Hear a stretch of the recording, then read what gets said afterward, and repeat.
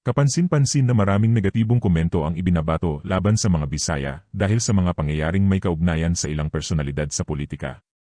Dahil dito, tila nagkaroon ng hindi magandang pagtingin ang ilan sa buong komunidad ng mga Bisaya na para bang isa lamang ang kanilang pananaw at paninindigan.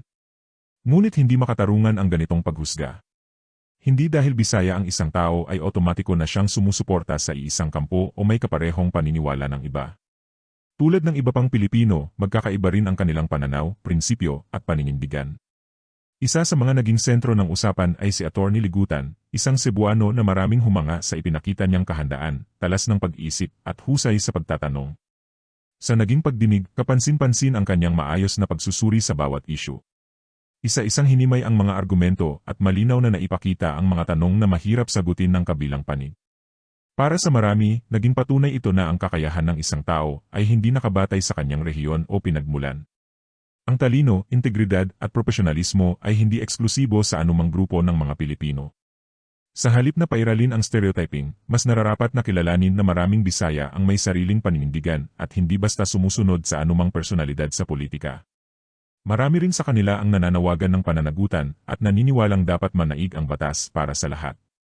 Sa katunayan, maging sa iba't ibang bahagi ng Mindanao at maging sa Davao City, hindi rin isa ang opinyon ng mga mamamayan.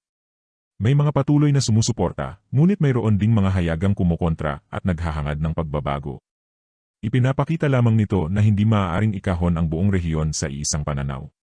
Sa usapin naman ng depensa ng kampo ni Inday Sara, maraming nakapansin na nahirapan ang mga abogado nitong sagutin ang ilan sa mahihirap na tanong. Dahil dito, naging paksa rin ang diskusyon ang naging estratehiya ng depensa at kung sapat ba ang kanilang mga paliwanag sa harap ng mga isyong ibinabato laban sa kanila. Ang ipinakitang pagganap ni Atty. Ligutan ay nagsilbing paalala na ang kakayahan, talino, at katapatan sa tungkulin ay walang kinalaman sa pagiging Bisaya, Tagalog, Ilocano, o anumang rehiyon.